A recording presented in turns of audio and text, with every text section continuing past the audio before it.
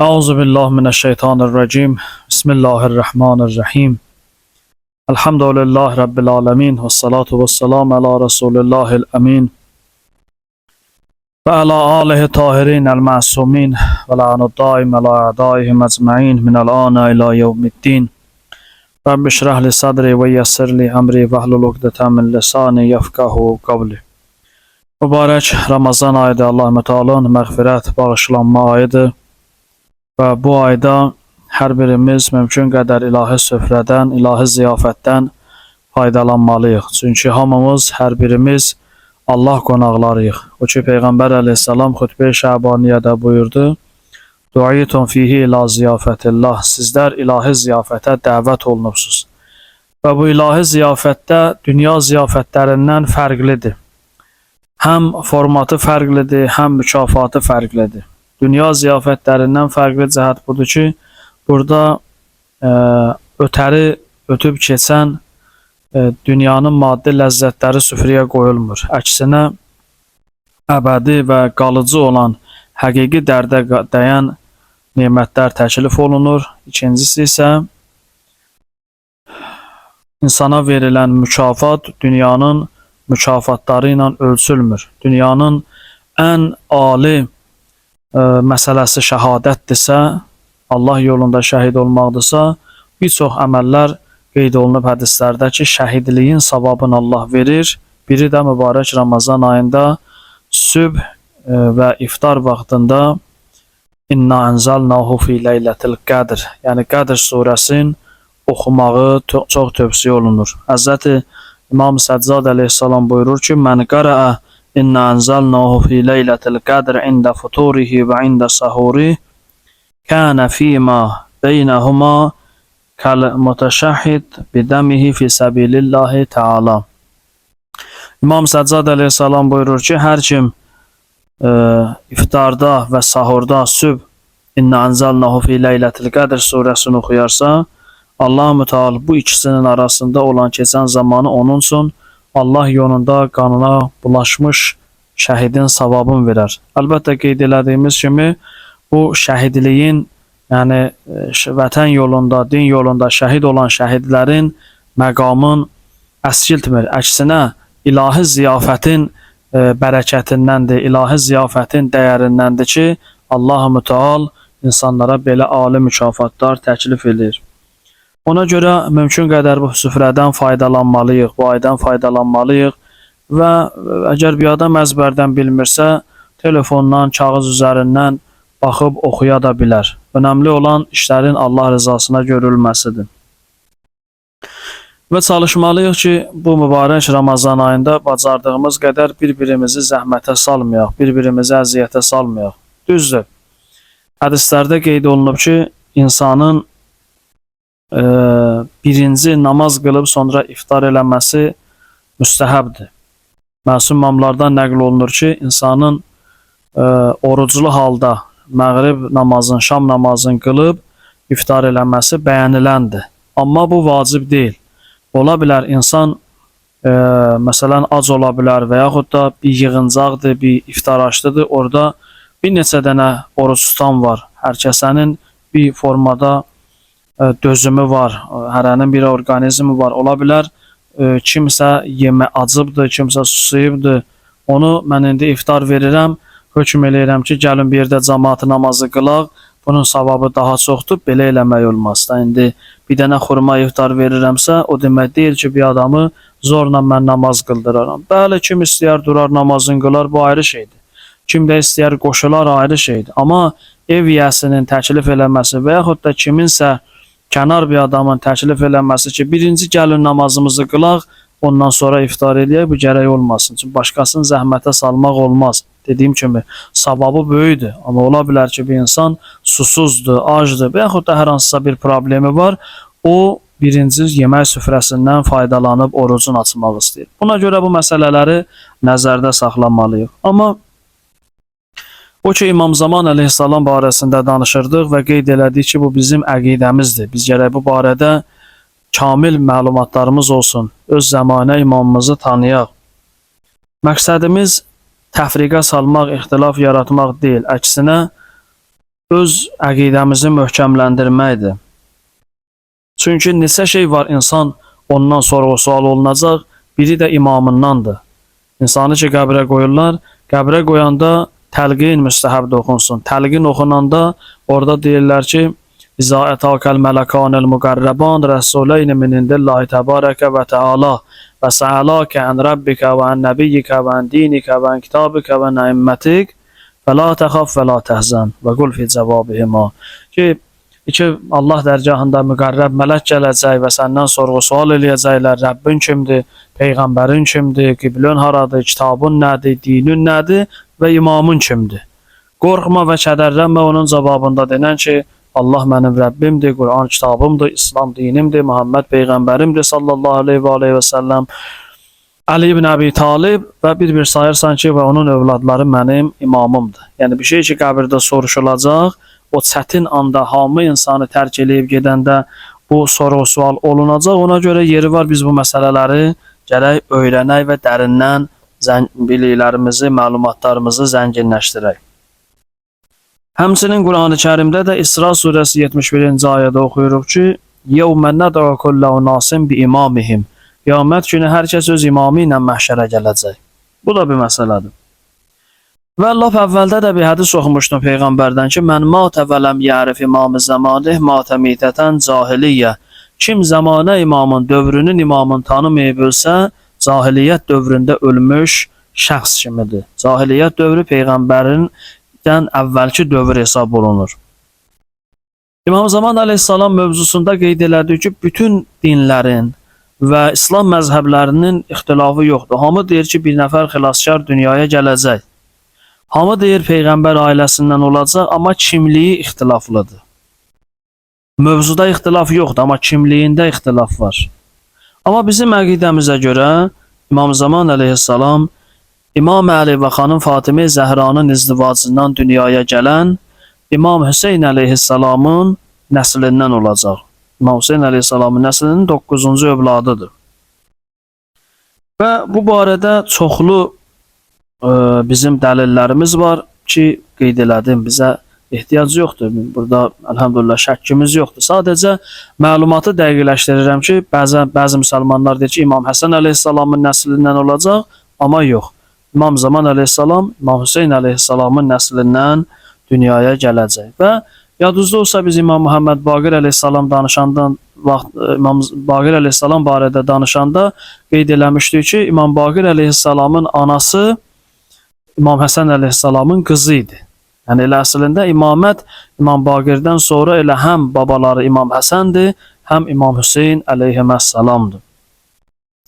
Buna görə də bu məsələləri bilməyimiz lazımdır. Amma növbəti məsələ ki, hədislərdə qeyd olunur, bilməyimiz yaxşıdır, yenə də deyirəm. Və əgər bir adam bu qeyd eləyəcəyin mövzunu bilməsə də eybi yoxdur. Yəni bu adamı cəhənnəmə aparmaz. Amma bilməsi yaxşıdır, maraqlıdır. İmamının barəsində ətraflı məlumatı olur insanın. Ki, imamın ailə vəziyyəti necədir? O ki, deyirik, məsələn, imamın 1000-dən artıq yaşı var, 1000 ildir qeybdədir. Bu 1000 il ərzində imam ailə qurub yoxsa qurmayıb? Bu barədə fikirlər müxtəlifdir. 3 fikir var. Alimlərin bəzisi bu mövzuda susur. Bəzisi inkar edir. Deyir ki, yox, imamın ailəsi yoxdur, bu Allahın məsləhətidir. Çünki qeybətlə ziddiyyət təşkil edir. Amma bir qrup alimlər də bunların o əllərində olan dəlillərə əsasən deyirlər ki, yox, İmam Zaman evlidir. Çünki evlənmək, ailə həyatı qurmaq dinimizin zəruri və təkidli tövsiyələrindən biridir. Nur surəsi 32-ci ayədə Allah buyurur ki, və əuzu billah minəşşeytanirracim və ənkihul əyamə minkum və salihinə min ibadikum və imaikum. Bu sərih Quran ayəsidir. Ayə buyurur ki, ailəsi olmayan kişi və qadınları evləndirin. İstər xanımı olmayan kişi olsun, istər əksinə olsun. Yəni, bu qədər önəmlidir, bu qədər ailə məsələsinə önəm verir Allah. İkincisi, bu bir insanın ailə qurmasına vasitəçilik eləməyin və bu yolda ged-gəl eləməyin də Allah yanında böyük mükafatı var. Hətta Həzrəti Peygamber aleyhisselam buyurur, bunun her addımına ne verilir? Kana lahu bi kulli hutvetin hataha ev bi kulli kelimetin tekelleme biha fi zalik emelu senetin qiyami leyliha ve siyami nehariha. Buyurur ki, her kim bu izdivac meselesinde bir addım ata, onun her bir addımına yaxud bu barədə danışır, vasitəçilik eləyir hər bir kəlməsinə Allah bir ilin savabını verir. O il ki gündüzləri oruç tutub, gecələri də namaz qılıbdır. Görün, nə qədər mühümdür, nə qədər önəmlidir. Bu qədər madam dinimiz təkid edir, bu qədər əhəmiyyət verir. Əqd oxunanda, kəbin oxunanda eşidibsiniz Peyğəmbər əleyhissalamdan bu hədis oxunur ki, insan dininin yarısı öz əqidəsidir, yarısı da evlənən zaman kamilləşir, ailə quran zaman kamilləşir. Deməli, bu və bunun kimi onlarla dəlil əsasən alimlər deyirlər ki, bəli, İmam Zaman əleyhissalamın ailəsi var, amma kimdir, nəsidir, hardandır, necədir, nə cürdür, bu məsələ bizə qeybdir. Biz bu barədə məlumatımız yoxdur. Bu ikinci məsələ. Üçüncü məsələ, o Həzrətin adı və ləqəbləri barəsində inşallah qismət olsa 2-3 gün danışacağım. O da budur ki, Həzrəti İmam Zaman əleyhissalamın əsl adı Peyğəmbərin adıdır. Bəzilərimiz bunu bilmərik. Amma bunu bilməmiz lazımdır ki, Peyğəmbər əleyhissalamın adı nədirsə, Zəmanə imamının da əsl adı odur. Sadəcə müəyyən səbəblərə görə adının çəkilməsini hədislər icazəli bilmir. Ləqəbləri ilə məşhurdur. Məşhur ləqəblərindən bir neçəsini sayıram. Birincisi Əl-Məhdidir. Bizim İmam Mehdi kimi tanıdığımız. Ümmü Sələmə deyir ki, Peyğəmbər xanımıdır. Səmiyyətü Rəsulullah yəqul. Peyğəmbər əleyhissalamdan eşitdim ki, Peyğəmbər buyurdu, Əl-Məhdiyyü min vuldi Fatimə. Məhdi Fatimənin övladlarındandır, Fatimənin balalarındandır.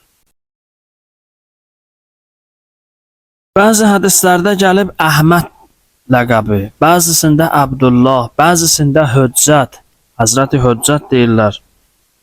İmam Əli Yənnəqi əleyhissalam buyurur ki, Qulu əl-Höccətu min ali Muhammed əleyhimussalam. Ona Peyğəmbər ailəsinin höccəti deyin. Sonuncu höccətdir, dəlildir. Növbəti ləqəblərindən biri Əl-Muntəqimdir. Muntəqim intiqam alan deməkdir. Əl-Muntəqimu min a'dai. Peyğəmbər əleyhissalam buyurur ki, mənim düşmənlərimdən intiqam alacaq. Əlbəttə bu düşmənlərimdən deyəndə kimlər nəzərdə tutulur? Bunun özü barədə də geniş sözlər deyilib.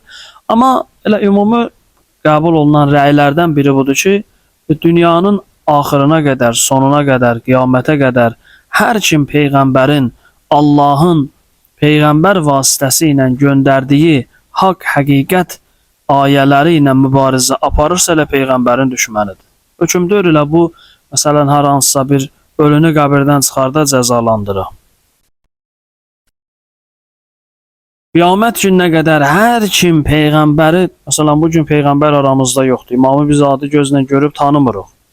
Amma hər kim Peyğəmbərin gətirdiyi şəriətlə müxalifət olsa, müxalifət eləsə, belə Peyğəmbərin düşmənidir. İmam Zaman əleyhissalamın bir adı Muntəqimdir, intiqam alandır.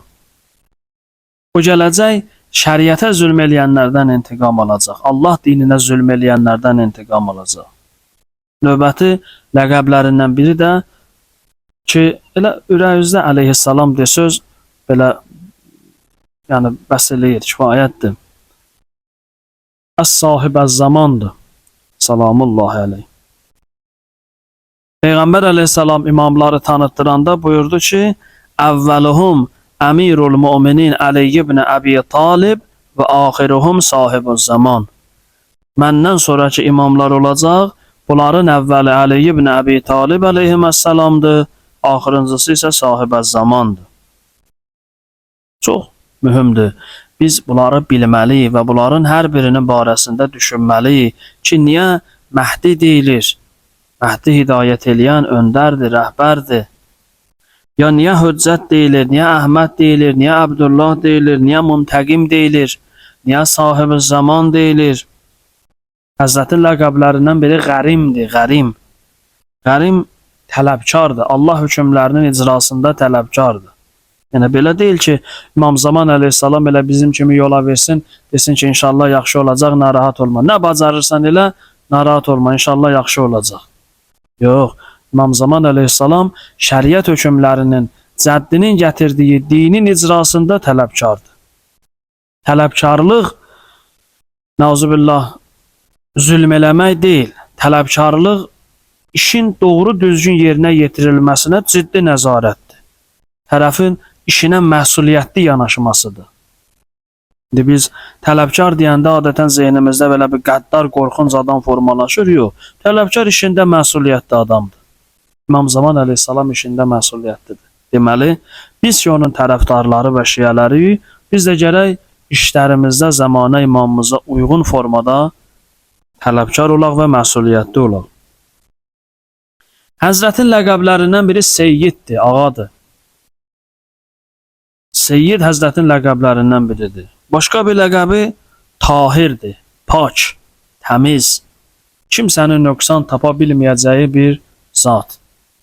Bəs bunlar zamanə imamının ləqəblərindən bir neçəsi idi ki, mən sizin üçün oxudum. Ümid eləyirəm inşallah Allah hər birimizə mərifət verər, Əhl-i Beytin, xüsusilə zamanə imamın tanımaqda mərifətimiz olar. Allah hər birimizi inşallah müvəffəq eləsin. Və selamu aleykum